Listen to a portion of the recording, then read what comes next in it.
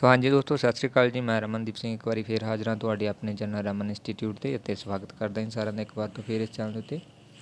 ਸੋ ਅੱਜ ਦੀ ਇਸ ਵੀਡੀਓ ਦੇ ਵਿੱਚ ਅਸੀਂ ਪੰਜਾਬੀ ਦੇ ਜਿਹੜਾ ਨੈਕਸਟ ਪਾਰਟ 4th ਪਾਰਟ ਜਿਹੜਾ ਉਹ ਲੈ ਕੇ ਆ ਰਹੇ ਹਾਂ ਤੁਹਾਡੇ ਲਈ, ਤਾਂ ਜੋ ਤੁਸੀਂ ਜਿਹੜੀ ਮਾਸਟਰ ਕੈਡਰ ਦੀ ਵਧੀਆ ਤਰੀਕੇ ਦੇ ਨਾਲ ਪ੍ਰੀਪਰੇਸ਼ਨ ਉਹ ਘਰ ਬੈਠੇ ਹੀ ਕਰ ਸਕੋ। ਸੋ ਹੋ ਸਕਦਾ ਕਿ ਕੱਲ੍ਹ ਤੋਂ ਜਿਹੜੀ ਲਾਈਵ ਉਹ ਕਲਾਸ ਸ਼ੁਰੂ ਹੋ ਜਾਵੇ, ਕਿਉਂਕਿ ਸਾਰਾ ਕੁਛ ਕੰਪਲੀਟ ਹੋ ਚੁੱਕਿਆ ਹੈਗਾ ਬਟ ਸਿਰਫ ਅਤੇ ਸਿਰਫ ਜਿਹੜਾ ਇੰਟਰਨੈਟ ਕਨੈਕਸ਼ਨ ਦੀ ਪ੍ਰੋਬਲਮ ਤਾਂ ਇਹ ਹੈਗੀ ਬਾਕੀ ਸਾਰਾ ਕੁਛ ਕੰਪਲੀਟ ਹੋ ਗਿਆ। ਸੋ ਜਲਦੀ ਹੀ ਜਿਹੜਾ ਉਹ ਕੱਲ੍ਹ ਤੱਕ ਹੋ ਜਾਵੇਗਾ ਦੁਬਾਰਾ ਜਿਹੜਾ ਮੈਂ ਕਰਵਾਇਆ ਹੈ ਸਿਸਟਮ। ਸੋ ਫਿਰ ਇਸ ਤੋਂ ਬਾਅਦ ਜਿਹੜੀ ਲਾਈਵ ਸਟਰੀਮ ਆਪਾਂ ਉਹ ਸ਼ੁਰੂ ਕਰ ਲਵਾਂਗੇ। ਸੋ ਵੀਡੀਓ ਸ਼ੁਰੂ ਕਰਨ ਤੋਂ ਪਹਿਲਾਂ ਰਿਕੁਐਸਟ ਹੈ ਕਿ ਜਿਹੜੇ ਵਿਦਿਆਰਥੀ ਇਸ ਚੈਨਲ 'ਤੇ ਪਹਿਲੀ ਵਾਰ ਆਏ ਨੂੰ ਚੈਨਲ ਨੂੰ ਸਬਸਕ੍ਰਾਈਬ ਕਰ ਲੈਣ ਅਤੇ ਨਾਲ ਹੀ ਬੈਲ ਆਈਕਨ 'ਤੇ ਕਲਿੱਕ ਕਰ ਲੈਣ, ਤਾਂ ਜੋ ਤੁਹਾਨੂੰ ਜਿਹੜੀ ਆਉਣ ਵਾਲੀ ਲੇਟੈਸਟ ਵੀਡੀਓ ਉਹ ਸਭ ਤੋਂ ਪਹਿਲਾਂ ਮਿਲਦੀ ਰਹੇ। ਸੋ ਸ਼ੁਰੂ ਕਰਦੇ ਹਾਂ ਇਹਦਾ ਸੈਸ਼ਨ।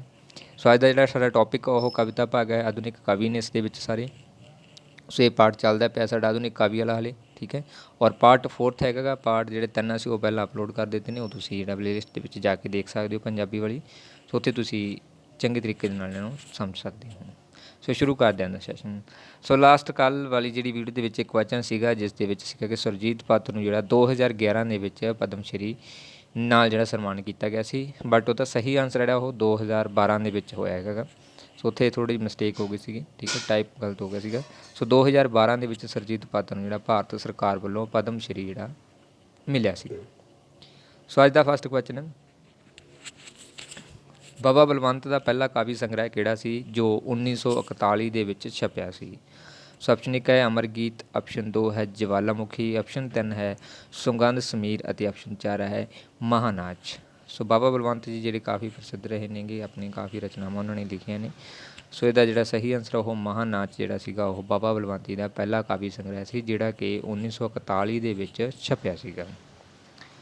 ਨੈਕਸਟ ਹੈ ਸੈਕਿੰਡ ਨੰਬਰ ਕੁਐਸਚਨ, ਬਾਬਾ ਬਲਵੰਤ ਦਾ ਚੌਥਾ ਕਾਵਿ ਸੰਗ੍ਰਹਿ ਬੰਦਰਗਾਹ ਕਦੋਂ ਛਪਿਆ ਸੀਗਾ? ਸੋ ਆਪਸ਼ਨ 1 ਹੈ ਜੀ 1951 ਦੇ ਵਿੱਚ, ਆਪਸ਼ਨ 2 ਹੈ 1952 ਦੇ ਵਿੱਚ, ਆਪਸ਼ਨ 3 ਹੈ 1954 ਦੇ ਵਿੱਚ, ਆਪਸ਼ਨ 4 ਹੈ 1955 ਦੇ ਵਿੱਚ।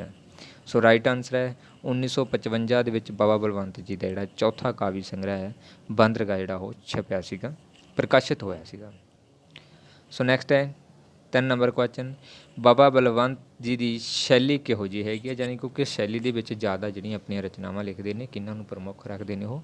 ਸੋ ਆਪਸ਼ਨ 1 ਹੈ ਬੌਧਿਕ, ਆਪਸ਼ਨ 2 ਹੈ ਗੰਭੀਰ, ਆਪਸ਼ਨ 3 ਹੈ ਰਸਾਤਮਕ ਅਤੇ ਆਪਸ਼ਨ 4 ਹੈ ਸਾਰੀ।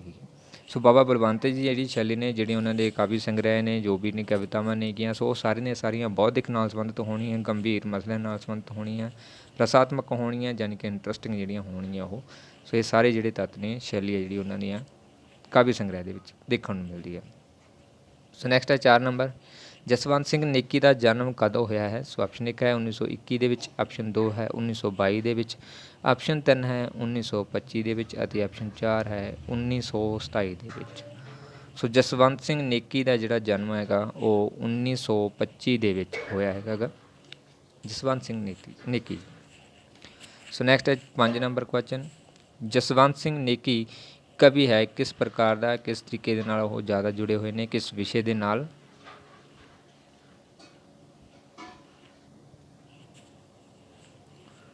ਸੋ ਜਸਵੰਤ ਸਿੰਘ ਨੇਕੀ ਜਿਹੜੇ ਉਹ ਕਵੀ ਨੇਗੇ। ਸੋ ਆਪਸ਼ਨ 1 ਹੈ ਵਿਚਾਰਵਾਦੀ ਬੋਧਕ ਦੇ ਨੇ, ਆਪਸ਼ਨ 2 ਹੈ ਪ੍ਰਯੋਗਸ਼ੀਲ ਨੇਗੇ, ਆਪਸ਼ਨ 3 ਹੈ ਆਧੁਨਿਕ ਚਿੰਤਨ ਦੇ ਹਾਣੀ ਹੈ ਅਤੇ ਆਪਸ਼ਨ 4 ਹੈ ਸਾਰੇ ਹੀ। ਸੋ ਜਸਵੰਤ ਸਿੰਘ ਨੇਕੀ ਨੇ ਜਿਹੜੇ ਉਹ ਕਿਸ ਪ੍ਰਕਾਰ ਦੇ ਕਵੀ ਨੇ? ਸੋ ਉਹ ਵਿਚਾਰਵਾਦੀ ਬੌਧਿਕ ਦੇ, ਪ੍ਰਯੋਗਸ਼ੀਲ ਯਾਨੀ ਕਿ ਪ੍ਰਯੋਗਿਕ ਪ੍ਰੋਗਰਾਮ ਦੇ ਵਿੱਚ ਵਿਸ਼ਵਾਸ ਰੱਖਣ ਵਾਲੇ, ਰਿਐਲਿਟੀ ਦੇ ਵਿੱਚੋਂ ਯਾਨੀ ਕਿ ਦੇਖਣ ਵਾਲੀਆਂ ਚੀਜ਼ਾਂ, ਆਧੁਨਿਕ ਚੀਜ਼ਾਂ ਜਿਹੜੇ ਦੇ ਹਾਣੀ ਨੇਗੇ। ਸੋ ਇਹ ਸਾਰੇ ਜਿਹੜੇ ਤੱਤ ਨੇ ਉਹ ਇਹਨਾਂ ਦੇ ਕਾਵਿ ਸੰਗ੍ਰਹਿ ਦੇ ਵਿੱਚ ਪਾਏ ਜਾਂਦੇ ਨੇ। ਸੋ ਜਸਵੰਤ ਸਿੰਘ ਨੇਕੀ ਨੇ ਜਿਹੜੇ ਉਹ ਇਹਨਾਂ ਸਾਰਿਆਂ ਵਿਚਾਰਾਂ ਦੇ ਨਾਲ ਮਿਲਦੇ ਨੇ, ਸਾਰੇ ਨਾਵਲ ਜਿਹੜੇ ਉਹ ਕਾਵਿ ਸੰਗ੍ਰਹਿ ਨੂੰ ਉਹ ਇਹਨਾਂ ਨਾਲ ਸੰਬੰਧਿਤ ਨੇਗੇ। ਸੋ ਨੈਕਸਟ ਹੈ 6 ਨੰਬਰ, ਅਸਲੋਂ ਤੇ ਓਲੇ ਇਹ ਮੇਰੇ ਸੰਸੇ ਇਹ ਮੇਰੇ ਗੀਤ।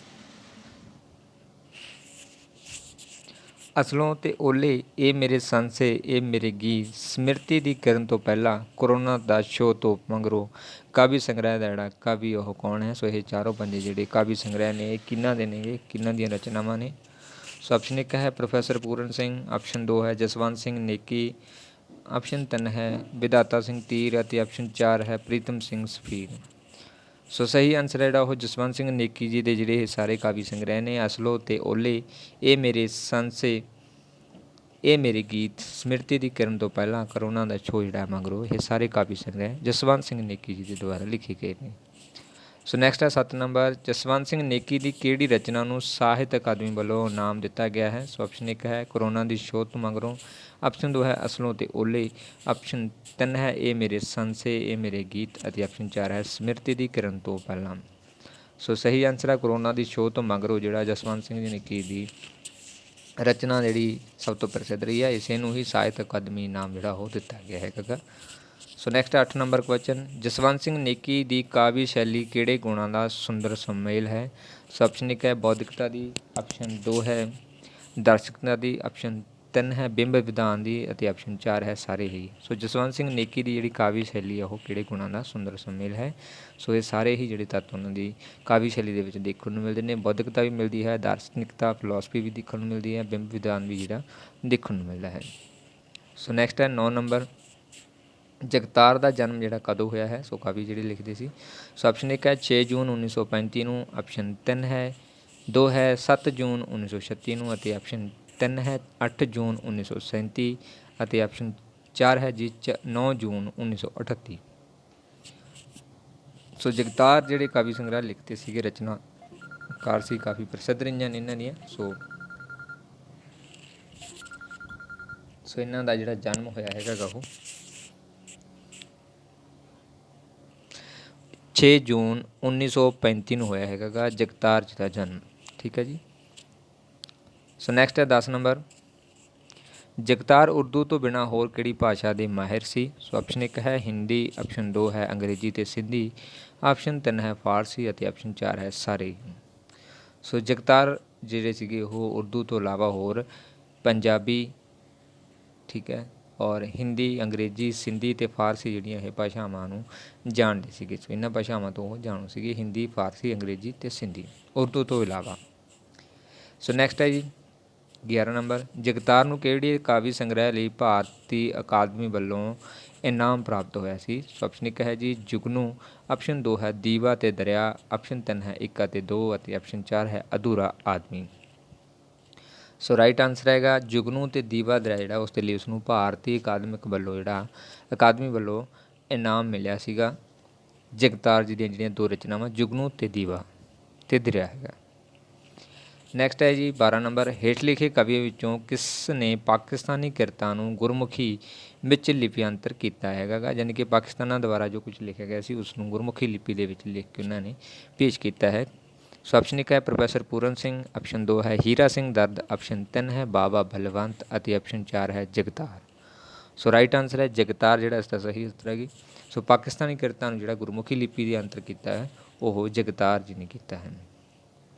ਸੋ ਨੈਕਸਟ ਹੈ 13 ਨੰਬਰ, ਜਗਤਾਰ ਨੇ ਆਪਣੀ ਪਛਾਣ ਮੁੱਖ ਤੌਰ 'ਤੇ ਕਿਸ ਵਜੋਂ ਬਣਾਈ ਸੀਗੀ? ਯਾਨੀ ਕਿਹੜਾ ਟੌਪਿਕ ਉਹਨਾਂ ਨੇ ਚੱਕਿਆ ਜਿਸ ਦੇ ਆਧਾਰ 'ਤੇ ਉਹਨਾਂ ਦੀ ਜਿਹੜੀ ਪਹਿਚਾਣ ਉਹ ਬਣ ਗਈ ਸੀ? ਸੋ ਆਪਸ਼ਨ 1 ਹੈ ਜੀ ਵਾਰਤਕਾਰ ਵਜੋਂ, ਆਪਸ਼ਨ 2 ਹੈ ਗਜ਼ਲਕਾਰ ਵਜੋਂ, ਆਪਸ਼ਨ 3 ਹੈ ਕਹਾਣੀਕਾਰ ਵਜੋਂ, ਅਤੇ ਆਪਸ਼ਨ 4 ਹੈ ਨਾਵਲਕਾਰ ਵਜੋਂ। ਸੋ ਸਹੀ ਆਨਸਰ ਹੈ ਗਜ਼ਲਕਾਰ ਵਜੋਂ ਜਿਹੜਾ ਉਹਨਾਂ ਨੇ ਇੱਕ ਪਹਿਚਾਣ ਜਿਹੜੀ ਆਪਣੀ ਜਗਤਾਰ ਜੀ ਨੇ ਬਣਾਈ ਸੀਗੀ ਸੋ ਸਾਹਿਤ ਦੇ ਵਿੱਚ। ਸੋ ਗਜ਼ਲਕਾਰ ਉਹਨਾਂ ਨੇ ਜਿਹੜੀਆਂ ਗਜ਼ਲਾਂ ਨੇ ਉਹ ਜ਼ਿਆਦਾ ਲਿਖੀਆਂ ਗਈਆਂ ਨੇ। ਸੋ ਇਸੇ ਕਰਕੇ ਉਹਨਾਂ ਨੂੰ ਜਿਹੜਾ ਗਜ਼ਲਕਾਰ ਵਜੋਂ ਜਾਣਿਆ ਜਾਂਦਾ ਹੈ, ਜਾਂ ਪਛਾਣ ਜਿਹੜੀ ਉਹਨਾਂ ਦੀ ਗਜ਼ਲਕਾਰ ਦੇ ਰੂਪ ਦੇ ਵਿੱਚ ਹੈ। ਸੋ ਨੈਕਸਟ ਹੈ 14 ਨੰਬਰ, ਪਾਸ਼ ਦਾ ਪੂਰਾ ਨਾਮ ਕੀ ਹੈ ਜੀ? ਸੋ ਆਪਸ਼ਨ 1 ਹੈ ਜੀ ਅਵਤਾਰ ਸਿੰਘ ਸੰਧੂ, ਆਪਸ਼ਨ 2 ਹੈ ਜਗਤਾਰ ਸਿੰਘ ਸੰਧੂ, ਆਪਸ਼ਨ 3 ਹੈ ਕਰਤਾਰ ਸਿੰਘ ਸੰਧੂ, ਅਤੇ ਆਪਸ਼ਨ 4 ਹੈ ਜੀ ਬਲਕਾਰ ਸਿੰਘ ਸੰਧੂ। ਸੋ ਸਹੀ ਆਨਸਰ ਹੈ ਜਿਹੜਾ ਉਹ ਅਵਤਾਰ ਸਿੰਘ ਸੰਧੂ ਹੈਗਾ, ਜਿਹੜਾ ਉਹ ਪਾਸ਼ ਦਾ ਨਾਮ ਹੈਗਾ ਗਾ, ਪੂਰਾ ਕੰਪਲੀਟ ਨਾਮ ਉਸਦਾ ਇਹ। ਸੋ ਵੈਸੇ ਉਹਨੂੰ ਸ਼ਾਰਟ ਨਾਮ ਦੇ ਵਿੱਚ ਜਿਹੜਾ ਪਾਸ਼ ਦੇ ਨਾਮ ਨਾਲ ਜਾਣਿਆ ਜਾਂਦਾ ਹੈ। ਸੋ ਨੈਕਸਟ ਹੈ 15 ਨੰਬਰ, ਪਾਸ਼ ਇੱਕ ਕਵੀ ਸੀ, ਕਿਸ ਪ੍ਰਕਾਰ ਦਾ ਕਵੀ ਸੀਗਾ ਉਹ? ਆਪਸ਼ਨ 1 ਹੈ ਧਾਰਮਿਕ ਸੀਗਾ, ਆਪਸ਼ਨ 2 ਹੈ ਕ੍ਰਾਂਤੀਕਾਰੀ ਸੀ, ਆਪਸ਼ਨ 3 ਹੈ ਜੁਝਾਰਵਾਦੀ ਸੀ, ਅਤੇ ਆਪਸ਼ਨ 4 ਹੈ ਅਗਾਂਹਵਧੂ ਸੀਗਾ। ਸੋ ਸਹੀ ਆਨਸਰ ਜਿਹੜਾ ਉਹ ਕ੍ਰਾਂਤੀਕਾਰੀ ਸੀਗਾ। ਕ੍ਰਾਂਤੀਕਾਰੀਆਂ ਜਿਹੜੀ ਲਿਖਤਾਂ ਉਸਦੀਆਂ ਜ਼ਿਆਦਾ ਸੀਗੀਆਂ, ਜ਼ਿਆਦਾ ਜਿਹੜੇ ਵਿਚਾਰ ਉਹਨਾਂ ਦੇ ਉਹ ਕ੍ਰਾਂਤੀਕਾਰੀ ਹੀ ਰਹੇ ਨੇਗੇ। ਠੀਕ ਹੈ ਜੀ। ਸੋ ਕਵੀ ਜਿਹੜੇ ਉਹ ਕ੍ਰਾਂਤੀਕਾਰੀ ਰੂਪ ਦੇ ਵਿੱਚ ਸੀਗੇ। ਸੋ ਨੈਕਸਟ ਹੈ 16 ਨੰਬਰ, ਉੜਦੇ ਬਾਜਾਂ ਵਾਂਗਰ ਲੋਕ ਕਥਾ ਸਾਡੇ ਸਮੇਂ ਵਿੱਚ ਲੜਾਂਗੇ ਸਾਥੀ ਰਚਨਾਵਾਂ ਦਾ ਲੇਖਕ ਕੌਣ ਹੈ? ਸੋ ਆਪਸ਼ਨ 1 ਹੈ ਸੁਰਜੀਤ ਪਾਤਰ, ਆਪਸ਼ਨ 2 ਹੈ ਡਾਕਟਰ ਦੀਵਾਨ ਸਿੰਘ ਕਾਲੇਪਾਨੀ, ਆਪਸ਼ਨ 3 ਹੈ ਪਾਸ਼, ਅਤੇ ਆਪਸ਼ਨ 4 ਹੈ ਬਾਬਾ ਬਲਵੰਤ।